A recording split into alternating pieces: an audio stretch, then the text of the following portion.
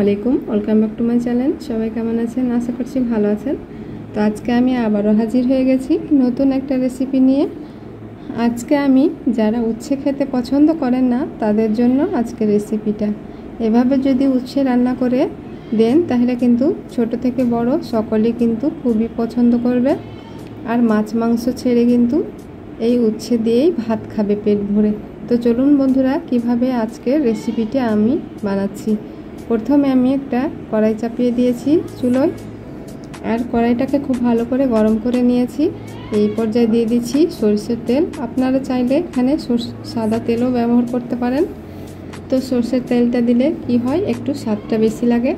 আর দিয়ে দিলাম অল্প একটু আস্ত জিরে, দুটো তেজপাতা, আর এইভাবে পেঁয়াজ কেটে রেখেছিলাম। তো আমি কয়েকটা বড় সাইজের পেঁয়াজ কেটে নিয়েছি, আর দিয়ে দিচ্ছি সাইডে কিছুটা রসুন কুচি দিয়ে এটাকে আমি হালকা নাড়াচাড়া করে ভেজে নেব। পেঁয়াজটা আগে এভাবে ভেজে নিলে কি হয় যে আপনি যখন রান্না করবেন আলু আর উচ্ছেটা, তাহলে কিন্তু তলায় লেগে যাবে না। সাথে দিয়ে দিচ্ছি স্বাদমতো লবণ, হলুদের গুঁড়ো আর লঙ্কার গুঁড়ো। দিয়ে দিচ্ছি কিছুটা কাঁচা লঙ্কা কুচি দিয়ে হালকা করে ভেজে নিয়েছি। বেশি লাল করে ভাজার দরকার নেই। এই পর্যায়ে দিয়ে দিচ্ছি কেটে রাখা পাতলা পাতলা করে আলু। তো কিভাবে আলুটা কেটেছি আপনারা দেখে কিন্তু বুঝতে পেরে যাবেন। খুব মোটা করতে হবে না, আলুর সাইজগুলো পাতলা পাতলা করে কেটে নিতে হবে এভাবে করে। এই পর্যায়ে আমি দিয়ে দিচ্ছি এবার উচ্ছেগুলো। এইগুলোকে আমরা করলা বলে থাকি, আপনারা কি বলেন অবশ্যই কমেন্ট করে জানাবেন। দিয়ে আমি কিছুক্ষণ এভাবে করে নাড়াচাড়া করে কষিয়ে নিচ্ছি। তারপরে আমি ঢাকা দিয়ে দেবো, দিয়ে মিডিয়াম টু লো ফ্লেমে কিছুক্ষণ ঢাকা দিয়ে রান্না করে নেব। তারপরে ঢাকা খুলে আবারও নেড়ে দেব। তো দেখতে পাচ্ছেন বন্ধুরা, উচ্ছে থেকে কিন্তু জল বেরিয়ে গেছে অনেকটা, আর এই জল থেকেই আমি কিন্তু এই উচ্ছেটা রান্না করব। আর এক্সট্রা কোনো জল দেওয়ার দরকার নেই। আবারও ঢাকা দিয়ে দিচ্ছি। তো বন্ধুরা, ঢাকা দিয়ে আমি কিছুক্ষণ রান্না করে আমি সিদ্ধ করে নিয়েছি, আর দেখতে পাচ্ছেন খুব সুন্দরভাবে কিন্তু সিদ্ধ হয়ে গেছে, আর কালারটাও চেঞ্জ হয়ে গেছে।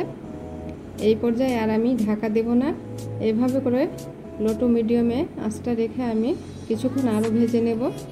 আর এই পর্যায়ে দিয়ে দিচ্ছি জিরে গুঁড়ো, আর দিয়ে দিচ্ছি গোলমরিচের গুঁড়ো। আপনারা চাইলে এখানে মিট মশলা কিংবা গরম মশলাও দিতে পারেন, সেটা না দিলেও চলবে। এই জিরের মশলাটা দিয়েই কিন্তু খুবই টেস্টি হবে। তো অনবরত নেড়ে চেড়ে কিছুক্ষণ আরও ভেজে নিচ্ছি।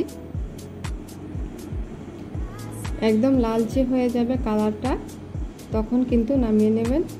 তো বন্ধুরা দেখতে পাচ্ছেন কালারটা কিন্তু একদম পুরোপুরি সোনালি কালার হয়ে গেছে, চেঞ্জ হয়ে গেছে। এবার আমি নামিয়ে নিয়েছি, নামিয়ে একটা বাটিতে পরিবেশন করে আপনাদের দেখাচ্ছি।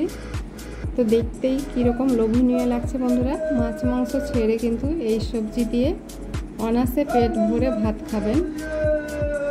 বন্ধুরা, একটু হলেও আপনাদের মন জয় করতে পেরেছি, ভালোবাসা অর্জন করতে পেরেছি এই রেসিপিতে। যদি ভালো লেগে থাকে ভিডিওটা, তাহলে অবশ্যই একটা লাইক দিতে ভুলবেন না। আর আমার চ্যানেলে নতুন বন্ধু হয়ে থাকলে চ্যানেলটিকে সাবস্ক্রাইব করে আমার পাশে থাকবেন। আর আমার ভিডিওগুলো যদি ফেসবুক পেজ থেকে দেখে থাকেন তাহলে ফলো করতে ভুলবেন না। আর এরকম নতুন নতুন রেসিপি পেতে বেল বাটনে একটা প্রেস করে দেবেন, কারণ আমি নতুন নতুন রেসিপি যখনই আপলোড করব সবার প্রথমে আপনার কাছে পৌঁছে যাবে। তো বন্ধুরা, এতক্ষণ সঙ্গে থাকার জন্য অসংখ্য ধন্যবাদ। দেখা হচ্ছে নেক্সট ভিডিও নিয়ে। ততক্ষণ সবাই ভালো থাকবেন, সুস্থ থাকবেন। আল্লাহ হাফিজ।